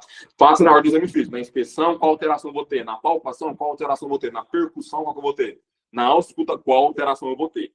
E aí você não vai esquecer na hora da prova. Na hora da prova, você fica nervoso, você não vai esquecer mais, tá? Outra coisa, esse sujeito não está conseguindo respirar direito, ele pode fazer insuficiência respiratória. Então, você vai perceber hipóxia. Saturação dele vai cair. Tá? Ele pode fazer uma hipóxia, ele pode fazer uma insuficiência respiratória. Como que eu diagnostico, então? Como que eu fecho o diagnóstico de pneumotórax? Pela clínica e pela imagem. Tá? Diego, não faça radiografia. Faz sim. No pneumotórax você faz sim. Certo? Eu vou falar daqui a pouco uma condição em que você não faz a radiografia, tá? Então, pela clínica, que eu já falei qual que é, e pela radiografia. Como que eu vou ver a radiografia? Isso aqui. Tá vendo aqui que do lado esquerdo, o pulmão segue, ó. Se você tiver dúvida, pessoal, você segue aqui, ó, os vasos hilares. Isso aqui é tudo vaso sanguíneo ali do ilho, tá? Tudo vaso sanguíneo.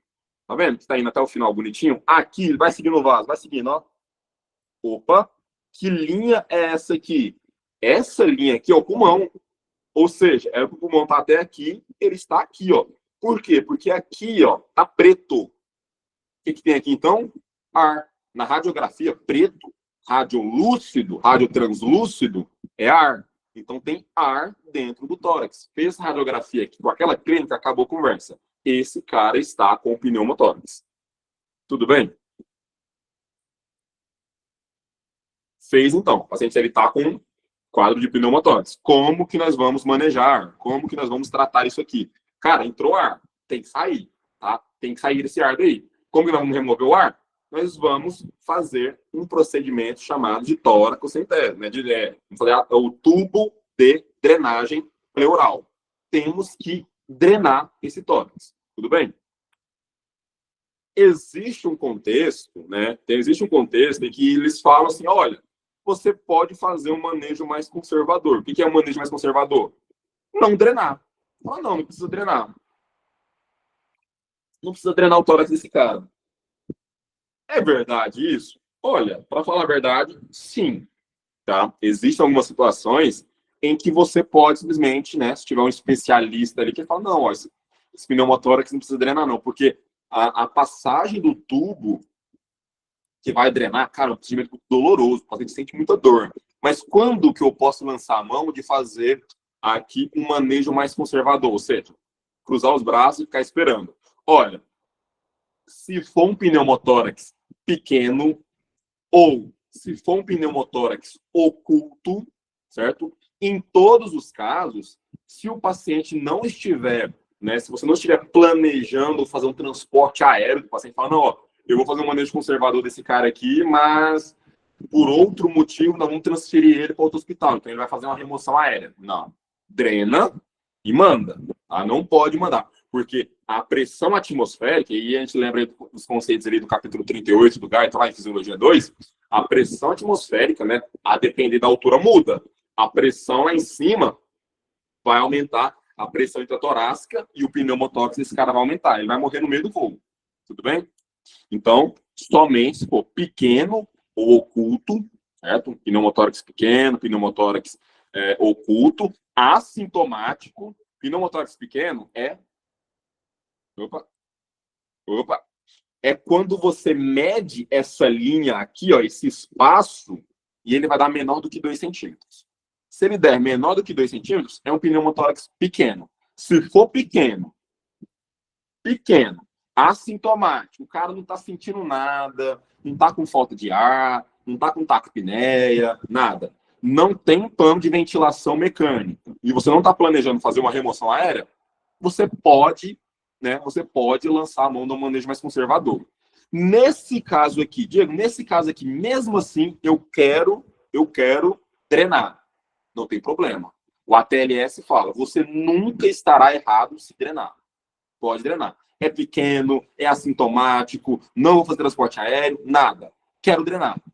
Pode drenar. Quero fazer conservador. Pode fazer também. Mas se drenar, não está errado. Tá? Então, na dúvida, a gente acaba drenando sempre, né? Tá? Então, aqui, no manejo, né? A gente tem que fazer aqui uma incisão, tá? A gente faz a asepsia, toda a antisepsia. A gente faz uma incisão aqui no quinto espaço intercostal, certo? No quinto espaço intercostal, entre a linha axilar média e a linha axilar anterior, certo?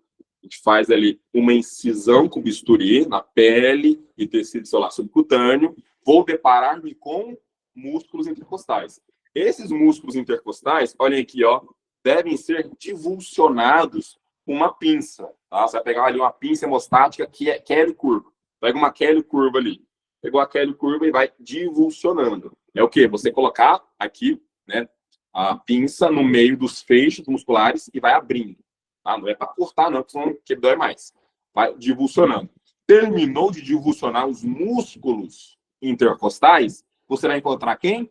Pleura parietal. A pleura parietal, você deve fazer a ruptura dela com o dedo. Tá? Com o dedo. Você deve fazer isso porque com o dedo você vai fazer a ruptura dela, né, digital, e aí você já se localiza. Se você de fato rompeu e de fato entrou no tórax. Porque senão, se você não rompe, porque a pleura ela é mais durinha. Se você não rompe direito, você enfia o tubo ali no lugar errado, você não vai drenar nada. Então, para ter certeza que foi, você faz ali a ruptura dela digital. Tudo bem? E aí, coloca o dreno bonitinho aqui em selo d'água, tá? E o dreno vai drenando. Né? O dreno vai drenando todo esse ar aí de dentro. Desse paciente aqui internado, né? Ele leva a cabeceira da cama dele, não deixa ele deitado, deixa ele levado ali a 45 graus. Tudo bem? Mas eu quero relembrar, né, um conceito aqui que a gente vê muito ali de fisiologia. Eu tenho no meu curso de fisiologia, lá na primeira aula, eu comento muito sobre isso aqui, e é o quê? A pressão pleural, ou seja, a pressão que nós temos ali na pleura, é uma pressão negativa, tá? Pressão negativa. Em repouso, menos 5 centímetros de água. Ao final da inspiração, menos 7,5 centímetros de água. Caiu na P1 de vocês que eu sei. Então, o que acontece? Quando eu tenho uma pressão negativa, a pressão negativa é aquela pressão que puxa, tá? A gente tem aquela lei da física, a lei da fisiologia, né? O fluxo de sangue, o fluxo de ar, ele sai do local de maior pressão para o local de menor pressão. Então, o ar é dessa forma, certo? Vai do local de maior pressão para menor pressão. Então, como a pressão pleural é negativa, ela puxa o pulmão, né? A pleura puxa o pulmão. Tudo bem. A pressão positiva é o oposto, né? Por isso que a pressão alveolar, durante a expiração, ela é positiva, né? Ela tem mais 1 centímetro de água, porque ela está jogando o oxigênio para fora, tá? A pressão positiva, lembrem, a pressão positiva é a pressão que empurra, tá? É a pressão que empurra. Por que eu estou falando isso? Porque existe uma condição chamada de pneumotórax hipertensivo. O que é o pneumotórax hipertensivo? Pneumotórax hipertensivo é quando eu tenho tanto ar no espaço pleural que a pressão pleural ela começa a subir, ela começa a ficar positiva. Lembra que em repouso era menos 5 centímetros de água. Se ela vai subindo, menos 4, menos 3, menos 2, menos 1, 0, 1, se ela começa a ficar positiva, ela vai começar a empurrar, porque a pressão positiva empurra. Então, o espaço pleural, ao invés de ficar puxando o pulmão, ela vai começar a empurrar o pulmão. E aí está o BO. Aí está o problema. Por quê? Se ela empurra o pulmão em direção ao mediastino. Mediastino é aquele espaço virtual que nós temos ali entre as pleuras, né? Entre os pulmões, entre as pleuras, né? Qual é o grande problema disso? Começa a comprimir estruturas do mediastino. Gente, a estrutura do mediastino é o coração, grandes vasos, aorta, veia cava superior, traqueia. Cara, você comprimir essas estruturas aí tá o problema armado, tá? Então, quais são os sinais e sintomas de que um sujeito está com pneumotórax hipertensivo? Cara, os mesmos. Os mesmos. Ele está com dispneia, ele está com redução de expansibilidade, redução do freno tóraco-vocal, está com timpanismo pra caramba, está com muito timpanismo, porque o tórax dele está lotado de ar. Então, você percute ali, é um som timpânico absurdo, absurdo mesmo, tá? E redução de murmúrio vesicular. Aqui, no caso, não vai ser redução, não pode ser até abolição, tá? O murmúrio vesicular vai estar zerado, inclusive, tá? E uma hipóxia. Diego, mas peraí, isso aqui é a mesma coisa do pneumotórax, né? Qual que é a diferença dos dois? Tudo isso aqui vai estar em maior intensidade, só que além disso, o sujeito estará com sinais de instabilidade hemodinâmica, tá? Instabilidade hemodinâmica, hipotensão e taquicardia, tá? Você viu um sujeito que está com a cara de pneumotórax, você está lendo o enunciado ali, isso aqui é pneumotórax, você está lendo pneumotórax. Na hora que mostrou sinais vitais dele, hipotensão, a pressão dele vai estar 9 por 6, 90 por 60. E taquicardia, vai estar com 105, 110, 120 de frequência cardíaca. Esse cara não está com pneumotórax, ele está com pneumotórax hipertensivo, tá bom? Uma dúvida muito besta, né? Besta não, né? Uma dúvida muito elementar que eu tive na primeira vez que eu estudei esse tema. Eu estudei esse tema pela primeira vez no primeiro ano, numa liga que fazia parte, numa liga de anatomia que fazia parte, e eu ficava, cara, mas se é pneumotórax hipertensivo, por que o paciente está com hipotensão? Ué, ele não tinha que estar hipertenso, né? Gente, hipertensivo aqui não está falando que a pressão arterial dele está alta. Está falando que a pressão pleural está alta, tá? Que a pressão pleural dele está alta. Tá? E a pressão pleural do paciente estando alta é o que, engraçado, né? É o que, inclusive, vai causar a hipotensão dele. Por quê? Vamos lembrar aí. A gente vê bastante aqui essa parte importantíssima, essa parte sine qua non da fisiologia 1, que é o seguinte. Vamos lá. Se eu tenho um pneumotórax hipertensivo, ele começa a empurrar o pulmão.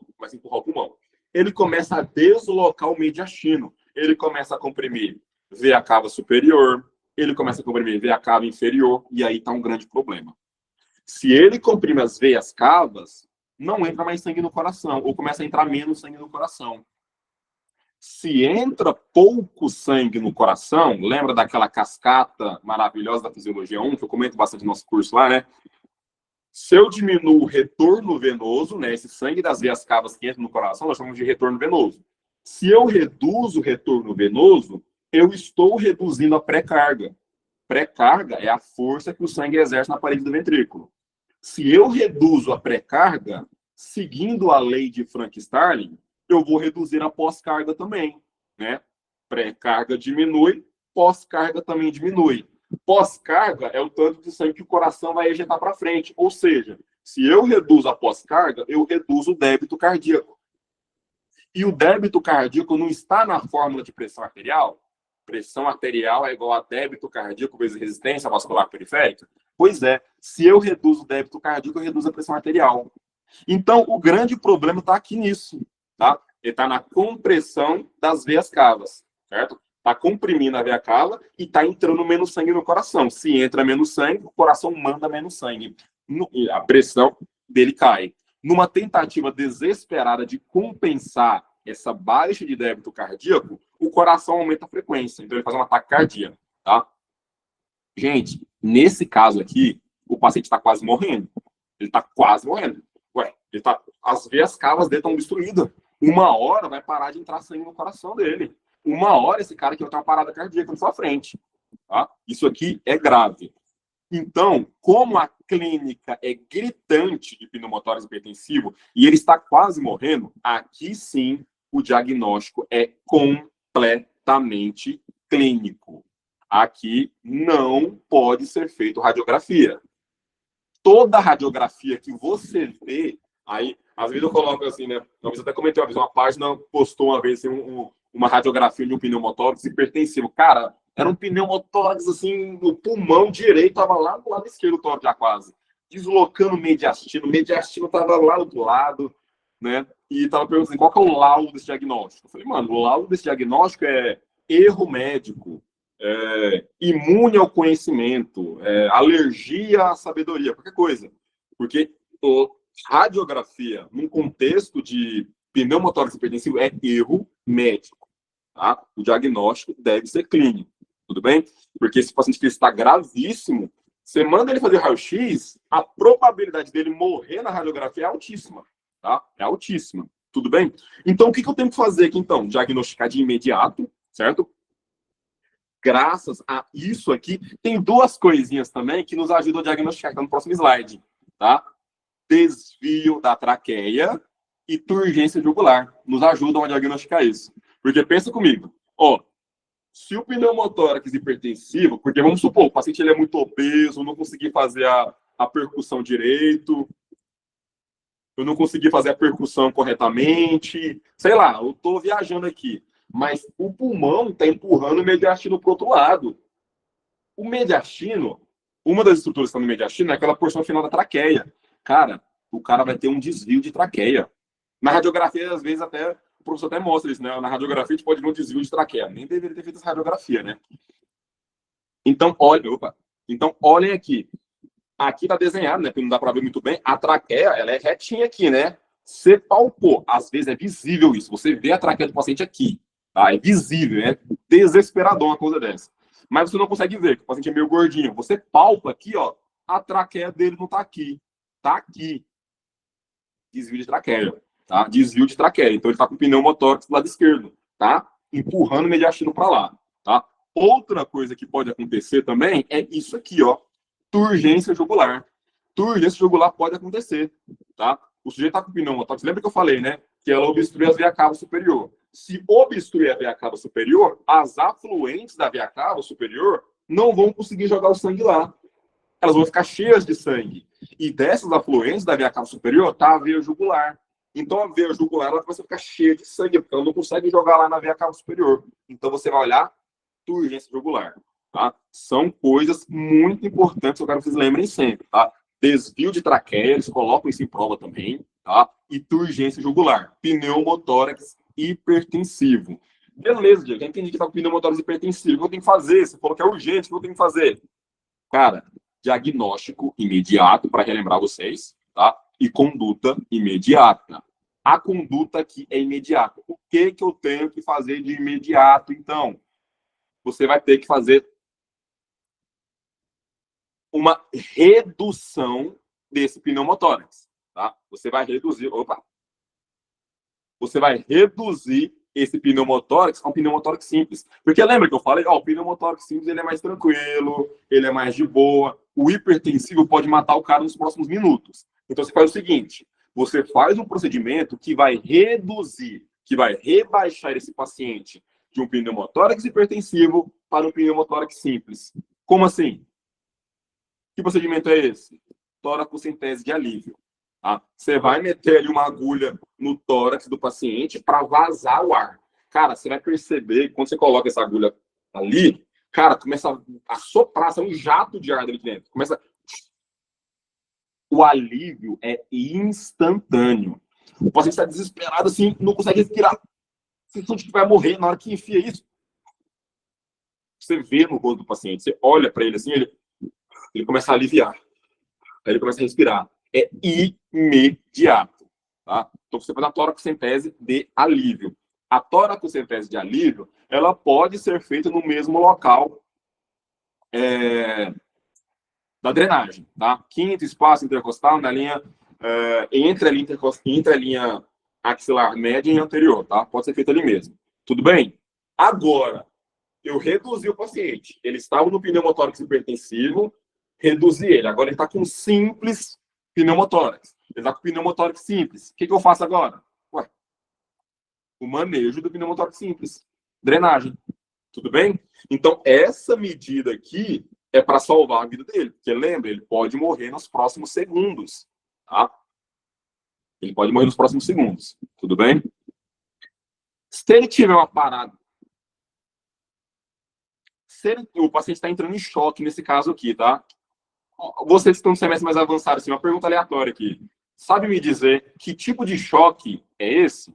Se o paciente que está com pneumotórax hipertensivo está com sinais de choque, que tipo de choque é esse?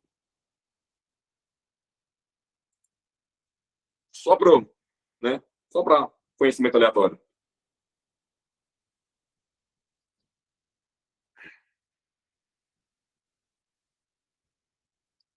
Pablo, hipovolêmico. Pablo Moraes, hipovolêmico. Alguém concorda com o Pablo? Alguém discorda dele?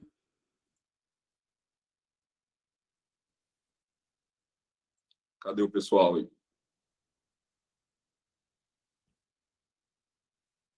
Não chocável.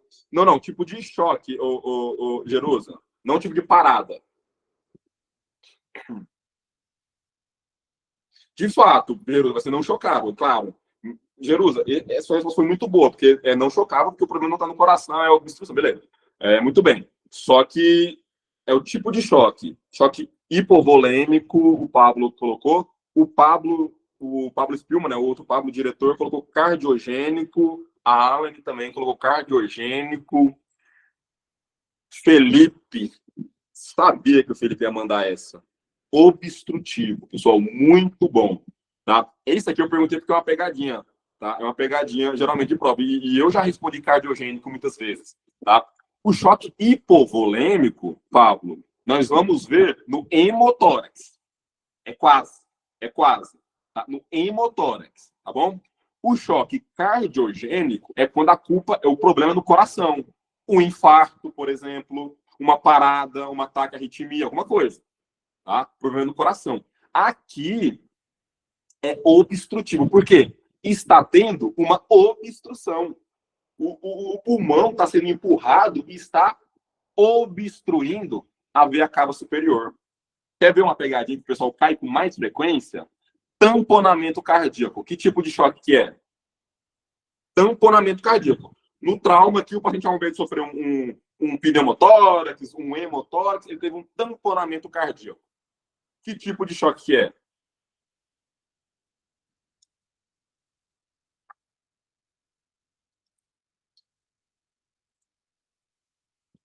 Pablo colocou cardiogênico. Alguém concorda com ele? Alguém discorda? Vamos mais gente respondendo aqui.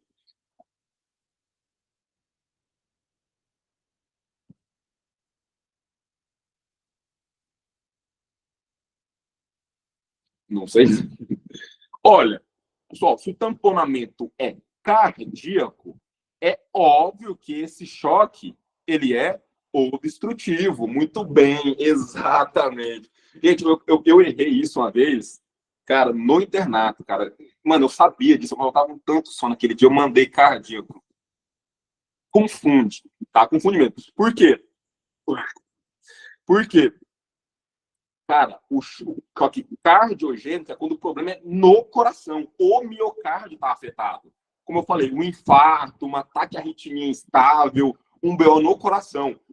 O tamponamento cardíaco é que está vazando sangue para o espaço pericárdico. Então, o coração, que vai bem, obrigado, ele não está conseguindo dilatar para jogar sangue para frente, se encher de sangue para jogar para frente. Ele está tendo uma obstrução ali no espaço pericárdico. Então, é obstrutivo. Tá? Isso é pegadinha que até eu já caí, confesso. Beleza? Muito bem, Felipe. Muito bem para todo mundo que respondeu também, tá? Aqui é o lugar de errar. Perfeito? Aqui vocês podem errar. Vocês poderiam ter falado que esse aqui é o choque do tipo de fratura de fêmur. Tá tudo bem. Pode errar aqui comigo, tá? No internato, pode errar também, mas lá a régua deles é um pouco mais alta. Eles não toleram tanto erro assim, tá? E já não tem tanta paciência assim, tá? Na vida, não pode errar. Então, errem aqui mesmo, que eu tô aqui para direcionar vocês. Beleza? Muito bom. Bom, enfim, voltando aqui, né? Do nada, um parênteses aqui. A conduta que é imediata. Reduzir o cara para o pneumotórax simples, através da toracocentese de alívio, e aí faz o manejo do pneumotórax simples, tá? Tubo de drenagem pleural. Tudo bem? Existe uma condução em que o sujeito está com pneumotórax, né? Do mesmo jeitinho, porém, quando você estava fazendo um exame físico, como um bom semiologista que você é, na inspeção do tórax, você olhou um buraco desse tamanho aqui no tórax do cara. Você olhou esse buracão aqui, né? Ou seja, esse paciente ele sofreu uma perfuração por bala de fogo, por arma branca, por arma de fogo. Pablo já cantou a pedra aqui, muito bem, Pablo, muito bem. Ferimento aberto. Cara, nós chamamos isso de pneumotórax aberto. Por quê? Porque ele está com pneumotórax, só que o tórax está com um buraco aberto. Tá? Está com um buraco aberto. O que isso significa aqui? Isso aqui também é chamado de ferimento soprante. Porque toda vez que o paciente respira e inspira, entra ar lá e sai. Então, esse ferimento, esse buraco aqui fica... Parece que esse ferimento está assoprando. O que eu tenho que fazer aqui? O Pablo já respondeu perfeitamente. Eu tenho que fazer esse curativo aqui de 3 pontas. Tá? Porque quando eu faço esse curativo de 3 pontas aqui com material impermeável, tá? Com material impermeável, ele funciona como que uma válvula unidirecional. Tá? Quando o sujeito faz a inspiração, o tórax dele vai se expandir, o ar da atmosfera entra pelas nossas narinas, só que também iria entrar por esse ferimento. Só que o que acontece? Esse curativo aqui vai tampar, não vai deixar o ar entrar. Na hora que você faz a expiração, lembra, o diafragma empurra o pulmão para cima de volta. Então, o ar desse espaço é pressionado. E esse ar do espaço pleural vai sair. E essa válvula aqui, né, como tem uma válvula aqui aberta, vai sair. Quando o paciente inspirar, o ar de fora não vai entrar, mas quando ele expirar, o ar de dentro vai sair. Tá bom? Então, pneumotórax aberto, você tem que fazer esse curativo aqui de 3 pontas, tá bom? E o que eu tenho que fazer logo em seguida? Olha, cirúrgica, para tampar esse buraco aqui, e o manejo do pneumotórax simples, tá? Tubo de drenagem pleural. Tudo bem? Beleza? Mas e aí, essa aqui é uma radiografia, tá? É interessante lembrar vocês, tá? Sempre, eu esqueci de falar aquela hora, mas lembrei que agora. Sempre que vocês fizeram um tubo de drenagem pleural, você acabou de passar o tubo no cara, você manda ele para radiografia, tá? Para ver se o tubo foi bem colocado mesmo, se o tubo tá certinho, tá? E aqui nós temos um tubo bem colocado. O tubo, ele tem que ficar lá para trás, apontando para cima, tá? Porque lembra, né? O ar, ele sobe. Então, lá para trás e para cima, igual tá aqui, bonitinho. Só é raro, viu? Colocado no sexto espaço intercostal, mas tudo bem, tá? Mas tudo bem. E beleza. Mas é que agora eu penso, pergunto uma coisa para vocês. Essa pergunta aqui é um pouquinho mais profunda, né? Um pouquinho mais complicada, mas tudo bem. Você passou o tubo no carro. Você fez o tubo lá, ele. Você passou o tubo aqui no tórax do sujeito, né? É o Paulo falando naquela hora, né? É, tubo de drenagem pleural. Você fez a radiografia aqui, o tubo está muito bem colocado, mas o paciente não melhora. Ele não melhora. Você faz a radiografia, o pulmão dele continua no mesmo lugar, continua tendo a mesma quantidade de ar ali no espaço pleural, tá? Não está melhorando. Você passou o tubo, como o tubo ele fica ligado ali, um recipiente com água, você olha que está sendo drenado o ar, porque fica borbulhando água ali, né? O ar está passando aí para água, fica borbulhando. Você está olhando, está borbulhando, então o aparelho está legal e o paciente não melhora. E aí? E aí, pessoal, o que vocês me dizem? Desesperadores. Esse caso que eu vi uma vez só no internato. Coloca outro muito bem, Jerusa, muito bem, mas por quê? O que pode estar acontecendo? Por que não está melhorando? Pô, gente, né? Mesmo que seja grande, uma hora vai passar, uma hora vai acabar. Não melhora. Tem muito ar. Sim, tem muito ar, só que sim, tem muito ar, mas uma hora é para acabar. Não acaba. Não é que ele sequer está melhorando. Não é que sim, está melhorando devagarzinho, devagarzinho, devagarzinho. Não está melhorando. Por quê?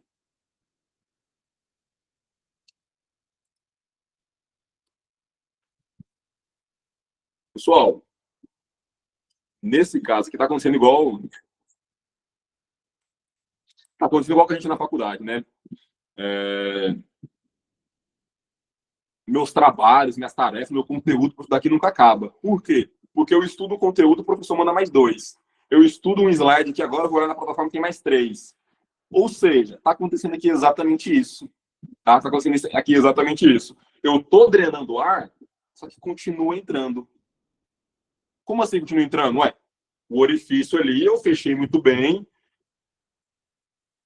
Esse paciente está com uma lesão de árvore traqueobrônquica.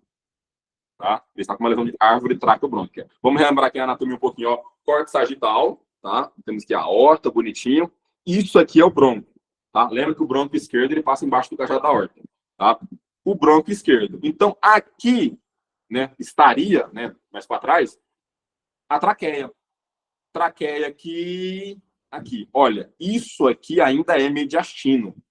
Tá? Então, quando eu tenho uma lesão nessa parte aqui da traqueia, ou nos brônquios, cara, a traqueia e os brônquios é um tubo que está ali dentro mandando ar para o pulmão. Se nesse acidente, se nesse trauma, o paciente teve uma lesão na traqueia ou ele teve uma lesão no brônquio, toda vez que ele inspira, o ar entra pela traqueia, está passando pela traqueia, só que tem um buraco ali na traqueia. O ar vaza para o espaço pleural.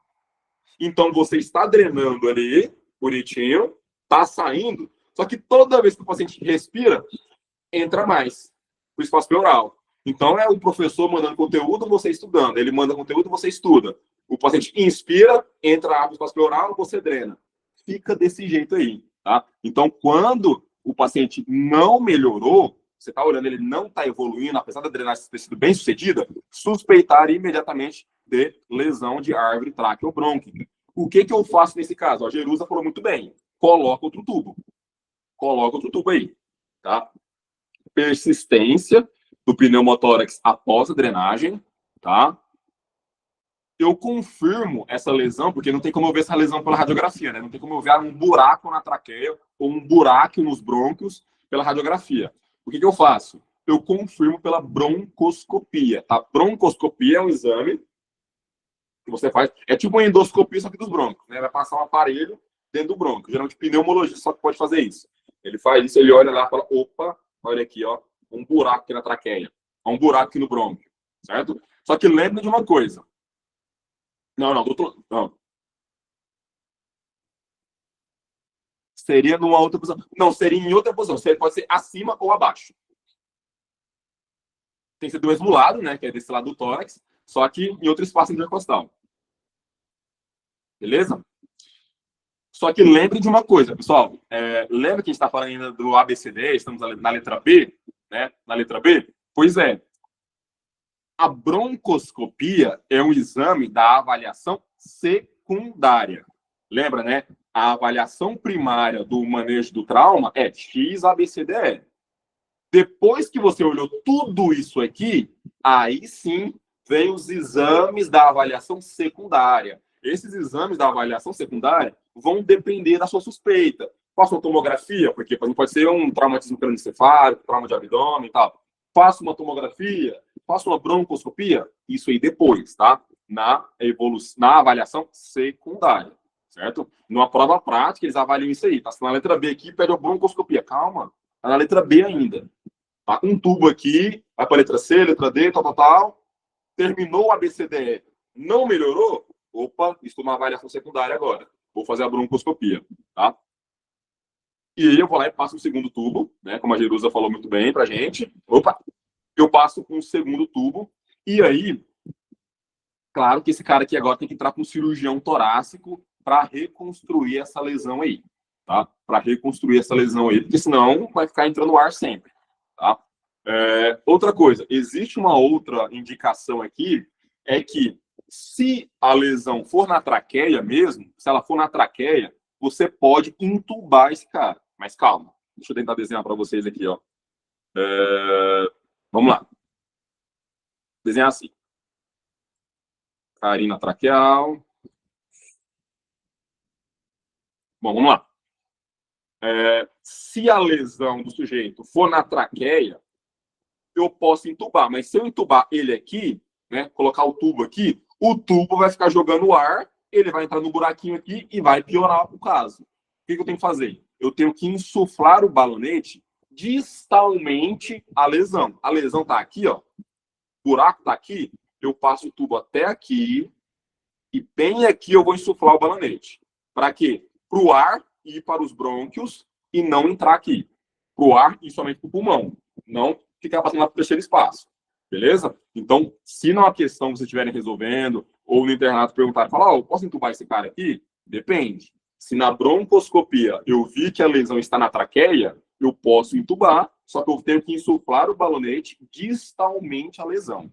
Tá? Distalmente à lesão. Beleza? Gente, no internato, sejam fominha. Tentem entubar tudo que vocês quiserem, tentem passar acesso central, se ofereçam para fazer, para treinar, mas também tem um certo grauzinho de humildade, tá? Nesse caso aqui, cara, a intubação nesse caso aqui, ó, você vai entubar um cara que tem um buraco aqui na traqueia, seja humilde. Isso aqui é pro anestesista mais pica do hospital entubar. Tá? Fala, não, ó, isso aqui, certo? A segurança do paciente em primeiro lugar, tá? Beleza, pessoal? No outro contexto, o paciente com trauma de tórax, ele pode ter esse acúmulo de ar, só que lembra, ele pode ter a ruptura de vasos. Temos os vasos intercostais, tem outros vasos aqui na região do tórax, né, artéria torácica interna, né, antiga mamária interna, que pode vazar sangue, né, quebrar, fratura a costela aí, fica vazando sangue para dentro da cavidade pleural. O nome desse líquido do sangue na cavidade pleural não chama de hemotórax. Hemotórax a gente estuda ele como um dos derrames pleurais, né? Derrame pleural é líquido na pleura, no espaço pleural. E isso pode ser por água, por pus ou por sangue.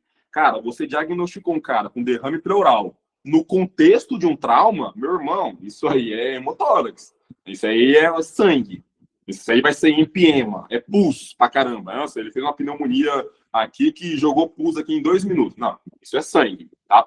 E esse traumatismo que ele teve no tórax pode ter sido por um acidente, né? Como eu falei, né? Ferimento por arma branca, por arma de fogo, né? O paciente pode ter sido assaltado, pode ter sido esfaqueado num beco sem luz na cidade de São Paulo. Enfim, pode acontecer várias coisas. Quando, então, eu diagnostico esse contexto de um hemotórax, o diagnóstico é muito parecido. é muito parecido. E aqui eu quero que vocês prestem um pouquinho de atenção. Tá? O diagnóstico aqui com o pneumotórax, ele vai ser muito parecido. Olha aqui. E as provas exploram isso para meio que colocar uma pegadinha. Opa! Peraí que apareceu alguma coisinha aqui que eu não sei o que. Dê uma olhadinha aqui, ó. Quando você tem líquido, quando você tem sangue vazando no tórax, né? O sangue, ele, pela força da gravidade, ele vai cair. Então, é diferente do ar, né? O ar, ele tem a tendência a ir primeiro para cima. Vocês viram naquela radiografia lá? Tinha ar de cima para as laterais, né? O sangue, ele cai. Então, primeiramente, você vai ver do lado aqui afetado, né? Aqui tá normal. Opa. Aqui tá normal. Então, você vai ver primeiro borramento do seio costofrênico, né? Que eu tô tentando mostrar aqui, mas o Canva não deixa.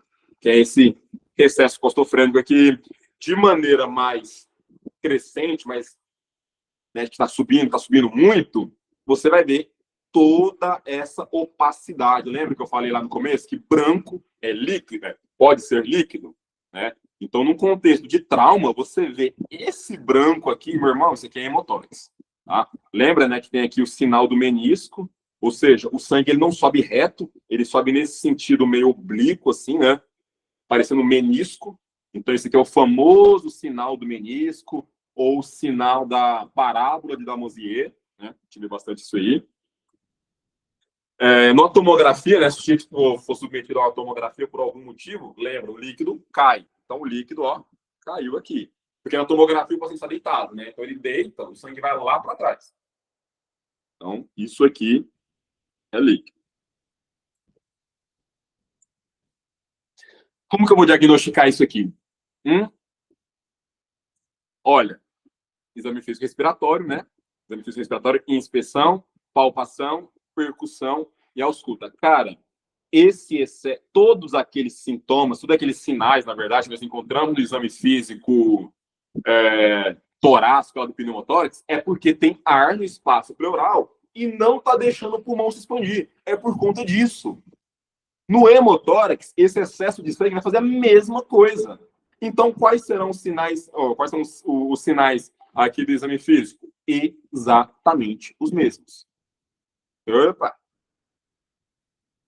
Ele vai ter sinais de dispneia, ele não vai estar conseguindo respirar direito, cometou uma pancada, ele vai estar com dor torácica, vai estar doendo muito. Quando você fizer a palpação, vai ter redução da expansibilidade, porque esse lado não vai aumentar. Vai ter redução do frêmito, porque o problema pleural tem redução de frêmito. Na ausculta, vai ter redução do murmúrio vesicular ou abolição do murmúrio vesicular. Mas o diferencial que vocês têm que olhar sempre é a única coisa que difere clinicamente o hemotórax do pneumotórax é que na percussão do pneumotórax, lembra? Tem ar ali dentro, timpânico. Aqui tá cheio de líquido. Líquido não é oco, não é ar. Quando você percute o sujeito com pneumotórax, né, com derrame pleural, com pneumotórax, não será timpânico, será o oposto. Será maciçez. Aqui tá a chave. Aqui é o diferencial. Porque o sujeito, no contexto de um trauma, ele pode ter pneumo ou hemotórax. Inclusive, às vezes, ele tem os dois, hemopneumotórax. Tá? Mas esse cara aqui você não pode deixar ele passar na prova. Esse, e na vida, né, claro. Eu falo muito da prova, mas na vida também. Tudo bem? Então, né, é sangue aqui na cavidade pleural, isso. Só que existe, vamos lá. Vamos supor, né? Quando o sujeito ele tá com hemotórax e esse hemotórax ele é massivo, ele é intenso demais, o meu manejo será diferente. Sabe por quê? O hemotórax, quando ele é simples, né? Quando ele é normal, o manejo dele é exatamente o mesmo do pneumotórax simples. É drenar. Tem que drenar esse sangue daí. Beleza? Só que se o pneumotórax foi massivo, e quando eu falo de um pneumotórax massivo, eu estou falando de um pneumotórax em que tem mais de 1,5 litro de sangue no tórax desse sujeito, o manejo vai mudar. O manejo vai mudar. Tá? Esse sujeito que ele está com sinais aqui, com hemotórax, ele pode fazer um choque, né? Ele vai ter sinais de choque, hipotensão, taquicardia, pele fria e sudorosa, né? Vai estar com a pele fria e sudorando, vai estar pálido, porque está faltando sangue. E aqui sim, Pablo, é um choque hipovolêmico. É um choque pela falta, o choque pela falta de volume, né? Pela falta de volume. Choque hipovolêmico geralmente é em quadro de hemorragia, quadro de desidratação, vômitos intensos e tal. Tá? Então aqui o sujeito vai ter um choque do tipo hipovolêmico. Tá? E aqui é um procedimento que é a toracotomia. Quando que eu vou ter que fazer a toracotomia? Porque você falou, Diego, que o manejo aqui vai ser a drenagem. Vai drenar. Beleza? Pois é. Mas, se for um pneumotórax massivo, aí eu vou ter que fazer a toracotomia. Por quê? Porque quando eu abro o tórax desse cara, eu vou ter a possibilidade de estancar o sangramento. Porque, assim, se vazou 1,5 litro de sangue, 1.500 ml ou mais de sangue, meu irmão, é porque a lesão foi muito grande. E lesão muito grande desse jeito, ela não vai estancar o sangramento sozinho. Você vai ficar drenando o sangue aí, vai ser igual na lesão de árvore traqueobrônquica, né? Você drena o ar, entra mais ar. Você drena, entra mais. Você drena, entra mais. Você vai ficar nessa brincadeira eternamente. Só que o ar que está entrando, o sujeito está puxando da atmosfera. Acho que o ar da atmosfera não vai acabar tão rápido assim. No caso do hemotórax, se eu ficar drenando o sangue, mas continuar vazando sangue, eu dreno, continua vazando, eu dreno, continua vazando, uma hora o sangue desse cara vai acabar. Uma hora esse cara vai morrer. Então, quando eu tenho quando eu tenho um hemotórax massivo, eu tenho que fazer a toracotomia. Eu tenho que abrir e procurar onde que está a lesão. Tudo bem? Então, claro que nesse caso aqui vai ter que ser um cirurgião também, né? Mas no contexto de prova, assim, eles perguntam indicação. Tá? Eles colocam no caso do clínico e falam, qual que é a sua conduta? Depende. Se for um hemotórax simples, drenagem. Se for massivo, aí sim eu estou falando de toracotomia. Tudo bem? Só que existe uma outra indicação de um hemotórax que ainda não é massivo, só que eu vou fazer a toracotomia. Primeiro, vamos fazer uma brincadeirinha aqui, ó. Vamos lá. Drenei mais de 1.500 ml. Vulgo hemotórax massivo. Toracotomia. Drenei menos de 1.500 ml. Estou com um tubo de drenagem lá. Tá? O que eu vou fazer? Eu vou ficar observando o sangramento. Eu vou ficar observando. Falo, ó, já que ele está com menos de... Eu drenei menos de 1.500 ml, significa que tem uma quantidade aqui, significa que esse sangramento ele pode se estancar sozinho, por conta própria. Então, eu vou ficar olhando. Você observa o sangramento. Se passou entre 2 e 4 horas e ele sangrou igual ou maior do que 200 ml por hora, cara, tem 4 horas já que eu drenei o tórax desse cara. Nessas 4 horas, ele sangrou 200 ml por hora. Meu irmão, se tem esse tanto de sangramento aí, significa que esse sangramento também não vai estancar sozinho. Toracotomia. Beleza? Beleza? Vamos lá. Vamos novamente. Drenei 1.500 ml, toracotomia. Drenei menos de 1.500 ml, vou observar o sangramento. Vou ficar observando. Se ele, depois disso, parou de sangrar ou sangrou menos de 200 ml por hora, beleza. Vai acabar por conta própria. Drenagem. Né? Coluto expectante, tal. Fica aí. Não. Observei o sangramento, ele sangrou mais de 200 ml por hora. Né? Nessas 2 a 4 horas aí. Eu vou fazer a toracotomia. Aí sim eu vou fazer a toracotomia. Tudo bem? Tá? Isso na conduta inicial. Tá? Terminei aqui a minha conduta, meu atendimento inicial, aí eu faço atendimento secundário. Eu vou ter esse cara aqui, lembra? Ele está perdendo sangue. Aí vai entrar no manejo aqui também, reposição volêmica, hemoderivados, né? Tipagem sanguínea e reposição de sangue, tá? Porque ele está perdendo sangue. Mas isso aqui é na secundária. Tudo bem? Vou precisar. Isso aí. Não, tranquilo, tá acabando, já tá no último slide já.